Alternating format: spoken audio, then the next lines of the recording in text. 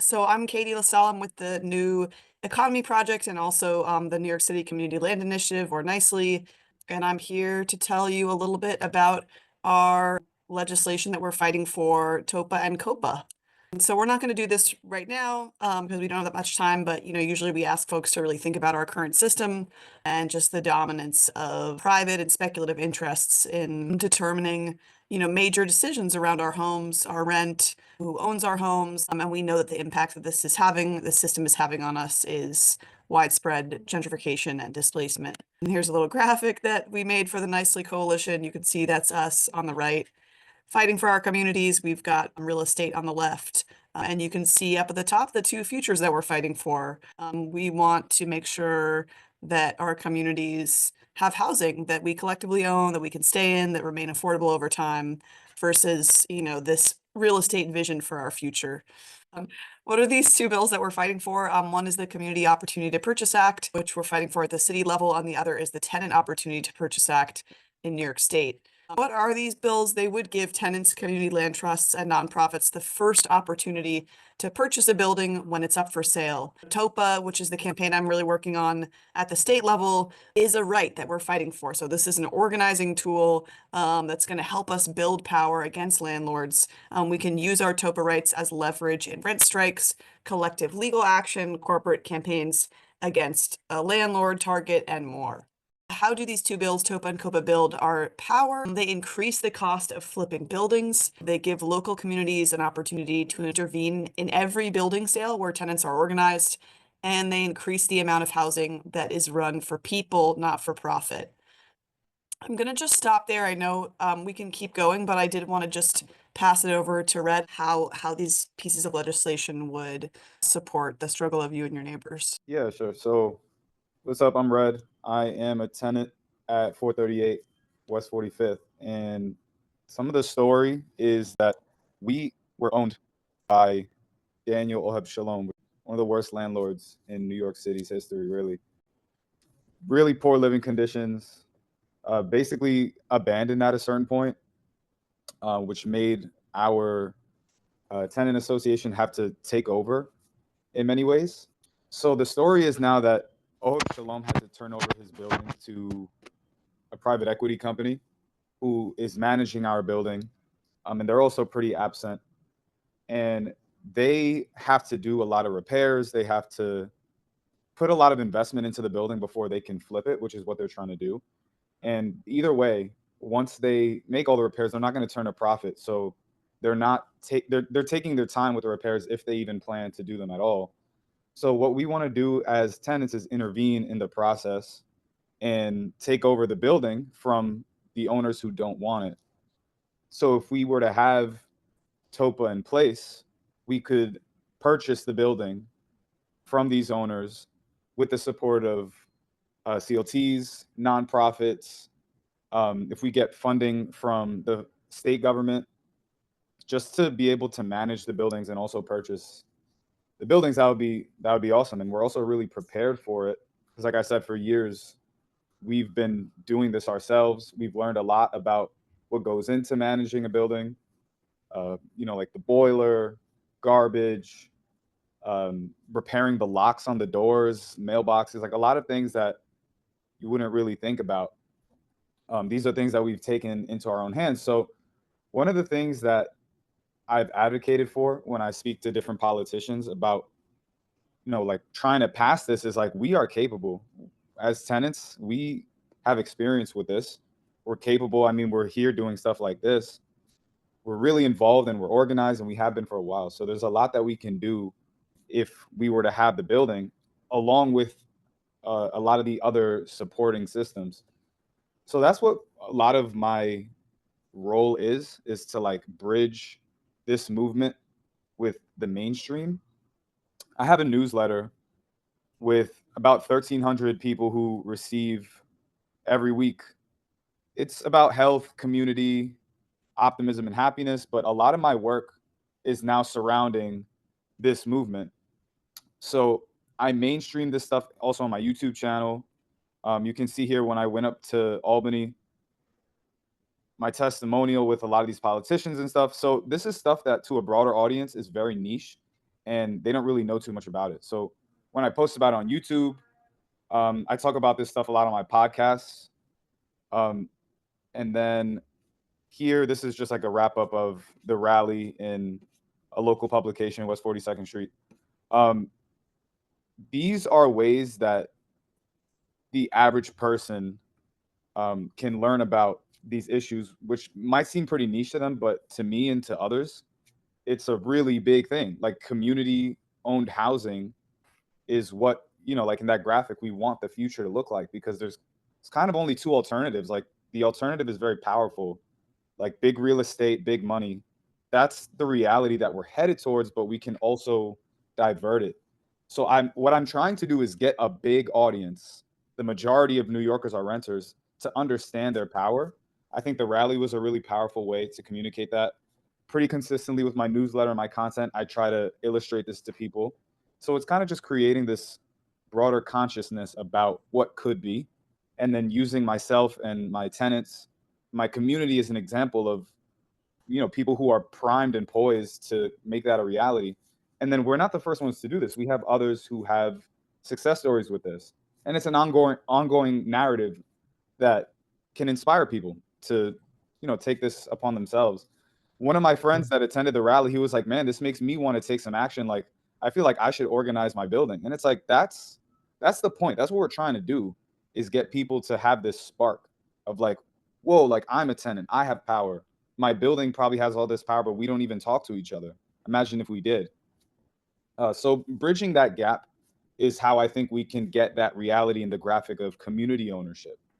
I think that is the most positive thing that we could have for the future of New York. Is like, if our housing's good, we can have a lot of the other things that we spoke about in this meeting, because if we're here, we can work together. And if our ownership is through the community, we can accomplish a lot of the things that, there's a lot of other issues, but the housing is the foundation under all of it. And if we are the stewards of our own housing, we'll look out for each other rather than real estate looking over us. You're so right on, Jared. Katie is now working with the CLTs. Is that your primary interest, to bring this through a CLT? Yeah, so right now we're working with This Land Is Ours Community Land Trust. And that's a really solid team that just has a ton of experience in the past of developing community-owned housing. And there's multiple different options. At this point, we're taking anything we can get to get out of our current situation. Right. Because the situation we're in right now is that if they do happen to make these fixes and flip the building, we're just going to be in the hands of another predatory landlord, and Absolutely. the cycle could just continue. So if we have pretty much any other alternative, that's a positive. So we're working with CLTs who can find us different partnerships that can help us steward the land, that can help us with funding. And the New Economy Project has been our number one partner in kind of like presenting us to different politicians, to different groups. It's like, hey, look, these are a group of organized tenants who can really, like, they can do it. And they just help us with like developing our story, and like partnering with. Anything you want to add there? I just think Red and his neighbors, I was at this rally on Saturday, are just really, really inspiring. And I urge people to join this movement. If you're invested in the tenant movement, this TOPA COPA movement has some of the most organized, powerful tenants I've worked with. I mean, just to do some of the things that Red's describing, to self-manage a building, to deter private buyers, to bring a landlord to the table to sell. This stuff is amazing. So definitely get involved. I'll put my email in the chat for any questions. Thanks, guys. Thank you, Nice to see Thanks, you John. again. Nice to see you. Have you been in touch with the Cooper Square group at all? Yeah, we work with them pretty closely too. Like our story specifically, because we're Oheb Shalom tenants, we also have a connection to all the other Oheb Shalom tenants. So yeah, we're pretty well known across all these different sectors, honestly. Okay, good. And where's your process lie now? Thing that might propel you into the ownership. What do you see? So there's a few different angles, and it's interesting because it feels kind of like the end of an act 2 of a movie, that it's like everything is mounting, but we still don't know how it's going to conclude. So right now the ownership has to fix the facade of either just 438 or 440. Like both buildings may have to be fixed in that way, and the roof has to be fixed of both. So those are huge projects that they say they have a plan for, but they haven't even started on. And there are also apartments that they have to renovate. So ownership has a long way to go before they can sell the building, which means we have a lot of time. They say otherwise. They say, "Oh, we only have a few things left," but the Right. reality is that there's a long way to go for them. They always do. Yeah. Meantime, we've been working with This Land Is Ours, who has pretty much every month like a few different prospective partners. The most recent one is basically looking to see what they can do for us next. I don't know the details of it yet. Like they literally just told us about it on Saturday. But I think that we are in the phase that because ownership doesn't want it, if we can get the right partnerships, if we can pass TOPA, if we can get some kind of funding, we're more than ready to do it. And I think we've proven that beyond a reasonable doubt. So I think it's just a matter of like things have to line up. We have to find the right partnerships. We have to get the right funding, Right. and maybe the right politicians to get involved and like really advocate for us. But I'm feeling confident, but Yeah. I just don't know how it's going to turn out. Nonprofits taking over, managing. There's been different examples. Like we were just recently going to partner with one, but they were just like, a lot of the renovations would cost too much. So that's an example of like, well, if we had enough funding, that could have been a partnership that would have taken over the development. We were working with Habitat for Humanity for a while. So it's just like I said, a matter of one of these working out. But something that I can tell you that the tenants are concerned about or prioritizing is that we want to have a say in pretty much everything that happens in the building. We don't want a nonprofit to pretty much take over and, although it's a better alternative to a landlord, we want to have a lot of say in how it goes. Like this is our home, and we would rather run it like, a home in a community that acts as a business rather than just a business. Like for example, we want to have affordable housing. Like we don't want units to go for market rate. Like we want to have communities that come in that, we are accepting of, that we help them out rather than just like randoms who are just going to move in and out. I have two questions for you, Red. So the tenants at 438 and 440 seem really confident based on what you said, like with physical maintenance and stuff. So I can imagine that some of them like aren't. So like, what's the dealio with that? Like, because I know TOPA has a provision for tenants who don't want to be owners and want to just stay on as renters. So how does that play out? Yeah, there's definitely a spectrum of people who, like how they're involved and how they contribute. I think as long as the rent is going back into the building and supporting the maintenance and whatnot, I don't think everybody has to be involved. I mean, it's just the ideal to have, people working on their homes, contributing, being active in, meetings. Like all of this is going to pretty much become our full-time jobs. So I think it's best to have people who are involved. And I think once it comes time to like act as kind of like a cooperative, like have a board or something like that, it's like, well, we want tenants who are going to come in and be willing to work for us and be willing to like collaborate with us. Like that's what we're going to need. We can't just have people, giving us rent money and then it's not really going anywhere. They're not involved. Like we want to have like a community based. That's the point of community based housing, is like to act as a community. One other question I have was, how was it for you to meet the two prime sponsors of TOPA? So I met them both in Albany, and I quickly got the gauge of them. I can feel out with politicians their intentions really, really quickly, and they represent the total opposite sides of the spectrum. Marcella, immediately when I met her, was just like, you can feel it when she's speaking that she really means what she says, and she's really advocating. And if you look at where she shows up, she's always with the tenants. She stayed all the like 20 minutes after the rally ended, just sitting around talking. Like she was sitting down on my stoop talking to people, like because she actually cares. The other politicians just show up, talk, and they're out immediately. And I've seen a lot of these other ones. Like I've seen Myri at a few things. He does the same thing. And at this one, he stayed a little longer. And, like he said, whatever, like we need to pass this and stuff. But he doesn't really seem to mean it. And his actions also reflect that. I'm not as hard on him as a lot of other people are. He gets a ton of flack for like, well, one, he doesn't sponsor the rent freeze. Two, he doesn't really speak up for tenants at all, even though he's supposed to be kind of the champion of tenants. And John Leyva mentioned to me that he told to him, he was like, you were the one that tenants chose. I don't remember really the process of what happened with him, like when he got elected, but apparently he was supposed to be representing the tenants in a way that's like, you're fighting for us. And that's the reason he's not doing so well right now in the polls, is like he stopped advocating for tenants.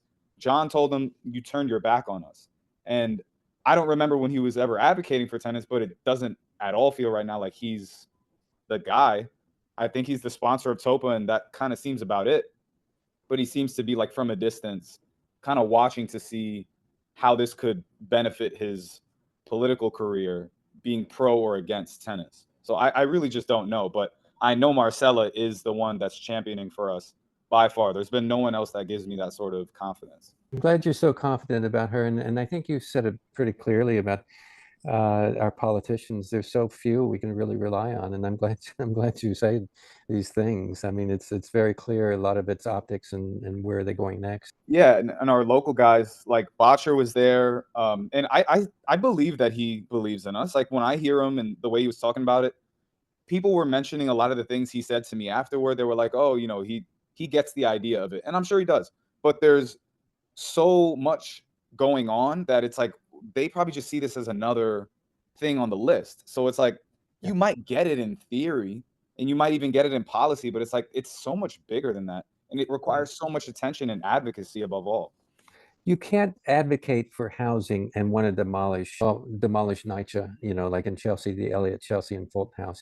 You cannot advocate for one thing and not the other. I mean, when you want to protect the housing, it's very important. And so I have a different view on our district council person here in District 3. Yeah, I didn't even know about that. So it's like it's every day. As soon as I have hope, it's like, okay, that's right. Luana's got a heart up, and I appreciate her support, and she knows we talk about this all the time. Anybody else have questions for Jared? I don't have it was interesting to see Eric and Tony Simone in your slide, and they're the same ones that's in favor of the demolition of 2 sets of projects here in Chelsea. So I was very, very, very surprised. So they're not advocating for a tenant organization in Chelsea. They're advocating for demolition and takeover by major developer in our area. So that was I would be very weary of their support, but amen. Yeah. You said Marcella. Is that Marcella Padilla? Martinez. Okay, so she's not in your district, but she was supporting you. Yeah, she's in Brooklyn, I believe Red Hook, but Yeah. she's the champion of tenants as far as I'm concerned. I haven't seen anybody else say the thing she said and stick up for us the way she does. Have you thought about how to raise the money and how will the rents be determined and things like that? It is further down the line, though I have thought about it. I also know it's the most important aspect of this. I think the most difficult aspect will be passing this and getting government funding, but I think the most important will be the finances itself.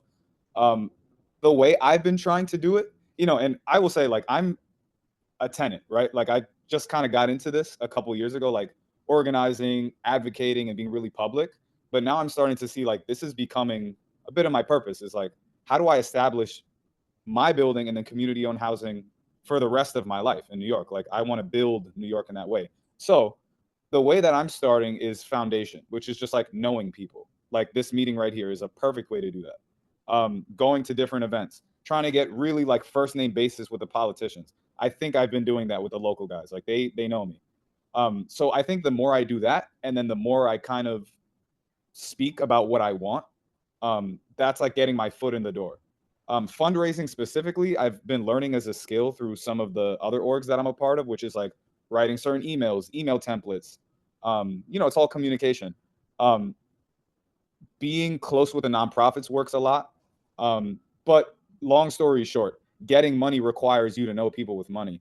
And so I've been trying to get close with developers. I have a meeting next week with a developer who's built 30 affordable housing projects across, I think, Brooklyn and Queens.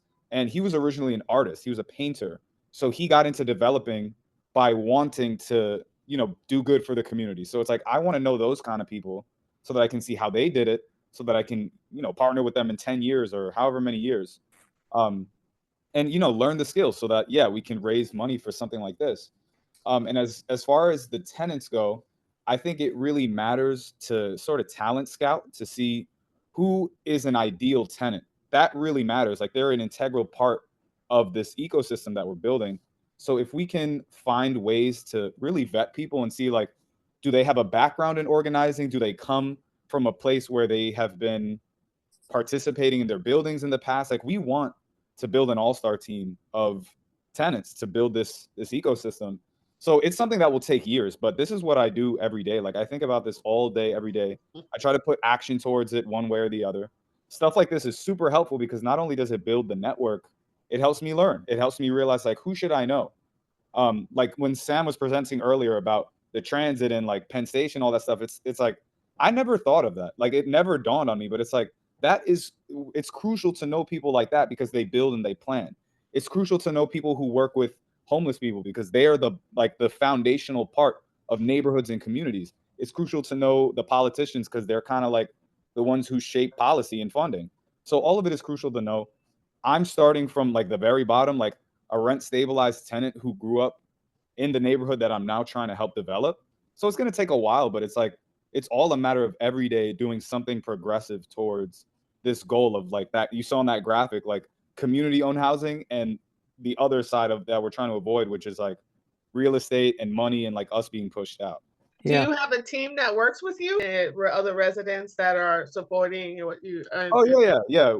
We're organized. We've been organized for like 5 years or so. Our Okay. tenant association, but we work with HCC and West Side Neighborhood Alliance and a bunch of others. Like I said, we're kind of the poster children of community ownership right now, outside of the ones who have already gotten it done. I'm Because, just wondering, do you have a balance sheet of what the costs are and what the rents are coming in? I guess you have that, right? I mean, maybe we do, but it would be somewhat inaccurate anyway because what the building says is probably doesn't reflect reality. But just based off like them visiting the building is when they get a little turned off because it's like you'll have a bunch of units that are, they're really in poor condition. Like they'll need a lot of investment. And then like the roof, like I said, and then the facade, there's some big projects that need to be fixed first. Right. So that's really what turns them off. It's just So it was really left to really deteriorate, it sounds like, and I've heard this, of course, that and landlord. and I knew about the landlord. Well, the rents, right? What everybody's paying at the moment. yeah, we You do. start from there, and then basic operating cost. I mean, that you could probably figure out pretty easily. Now it's how much money that you need to put in to fix these problems. Do you have access to all these little areas, and can you bring people in to inspect? We brought different groups in before, show them the vacants, like the boiler room and stuff, the roof and whatnot. But yeah, And we've so done. based on that group didn't want to get involved, I guess. Yeah, I think they realized like specifically some of the vacant units were just too bad to take on. But Did they put some numbers to paper? It's your plumbing, your that really are the big costs. Could be asbestos. How old's the building? about 115 years old. Yeah, but there's asbestos not as big as the problem everybody makes out to be too either. Yeah, we did a couple tests a few years ago in one of the vacants, and there wasn't any. But I didn't think so. It's a brownstone, right? Is that, if I remember, I was on the front of it. It's how many units are in the building? so the two buildings together is 30. 30. 15. Okay. It's considerable to worry about, but yeah, you've got a low amount in the scheme of things to take care of the building. You got 30 apartments. Okay, can you generate enough money to take care of it? That's what you need to assess, and that's probably where the other. But as a nonprofit, I think you've got an advantage. Okay, it doesn't have to be a profit. It's not profit motive focused building. So, well, anybody else? Any last words? I just want to emphasize to Brad that every first Tuesday of the month, you are always welcome to come back. Sometimes we have surprise unannounced guests from, believe it or not, Governor Hochul's office. We have someone here from Rosenthal's office. I mean, today, no one from the governor's office, but sometimes we do. Yeah. That's why I do see a lot of value in like planting these different seeds across, the city with tenants, with politicians. Like it builds, you know, the overall network. Like on Sunday, Cuomo was at my church. I didn't get to speak to him, but it's like, what if I did? And I got to ask him, like, what do you think about warehouse apartments? What do you think about converting warehouse apartments into affordable housing? That was one of the things he said to the crowd. He was like, we need to build more affordable housing. I'm like, do we need to spend money on that, or can we convert what exists? What if, you know, I just planted this idea in his head? So it's stuff like that it's like working every day towards, you know, this overall goal. Well, yes, speaking of Cuomo, they say a lot. Politicians say a lot, no Say a whole lot. question. And Cuomo is very close with the developers. The developers own this town. They may say a lot. I think it's really from the ground up that we have to build, and coalitions. And I think you're right on that track. Putting faith in politicians. I find very few people that are really genuine. Like you had mentioned one. Chris Banks is another one. Chris Marte. I find them very genuine, and supportive, and do a little bit more than going to hearings, rallies, and so forth, and making their presence known. I find them really involved with bills, and bills are hard. You get a bill, get them co-signed and so forth. Getting it passed, getting oversight, and getting it followed through is a long process, and that's where we need people power. And I really like the idea how you coalescing with folks and so forth. And I watched your hearing. Well done. Well done. Thank And I think your passion shows through, and I really appreciate you and appreciate you having you here. So with that, unless there's some pressing questions about this. Are your rents going into an escrow account, or are you still paying the landlord? No, we're rent striking. I think there's Rent striking. with 2 tenants that may be off of it, but yeah, we're all rent striking right now. Okay. That's Are you- excellent, Luana. Are you saving those funds in a account so that apparently they're not gonna? Yeah, we are. What Alex said. Yeah. Good. Okay. Yeah, Good. yeah. Thank you. Yeah, that's very Yes. important, that everybody be paying into escrow. Yeah, because You may get to keep the money at the end of all of the litigation and be able to use that money to help them make the repairs later on. So, speaking of that, do you have right, I yes, guess you right. have a good lawyer too, right? You have a good lawyer? Support. Yeah, HGC is who we work with. They've been really good for us so far. Okay. By the way, Jared, there's this thing I've been wanting to do, is to develop a group that will volunteer their time and do cosmetic fixes. I mean, some of these things are horrible living situations because of cosmetics, and you don't need permission to go in to do a paint job to do some of these cosmetics with the landlord. So we can probably do away with a good piece of the problem. When it comes to boiler, things like that, you do need permission. You need them to sign off. That's a whole different issue. But if you bring lawyers involved and you do have this team together, maybe it's a way to coerce them into signing off on some fixes. And so that's something I would love.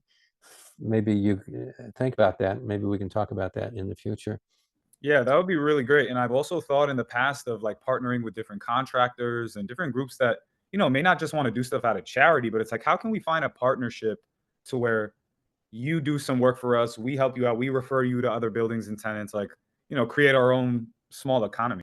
Yeah, exactly. And as far as any other things to close with, I do need some street sheet partners. I do need some people on the board here with us. We have committee working every Thursday, a management funding and marketing committee.